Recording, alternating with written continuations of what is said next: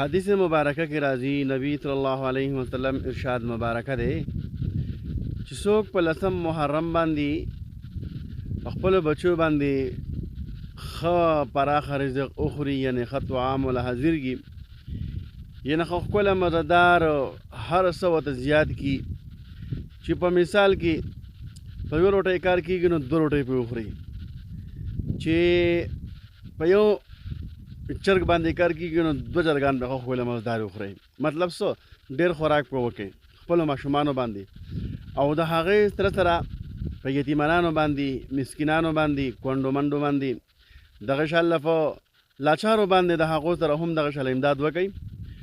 نو انشاءالله العزیز ثواب پکې زیات دی نو څنګه چې تاسو نه ما وړاندې وي چې نبي صلی الله علیه وسلم ارشاد مبارکه دی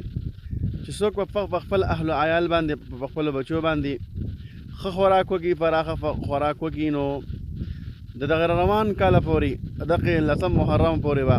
د په کور کې غربت نه وي غریبي به نه وي د رزق کمواله به ورته نه راځي او دویمه خبرداره لسم محرم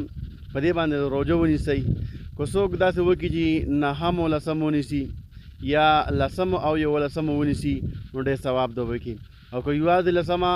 لسم محرم ونیسي روژه نو هم ثواب پکې زیات دی صحیح ده ثواب یې دا دی چې د یو کال ګناهونه ورته الله معاف کوي نو خوښ هم نه ده چې دا روژه خو به مینه محبت باندې ونیسو ورسره زما که نه او بیا ورسره ستاسو نو دا به ډېره د پیدې دغه میسیجي پیغام به کوښښ وکړو دا ویډیو پخپله هم زر تر زره په دې باندې عمل وکړو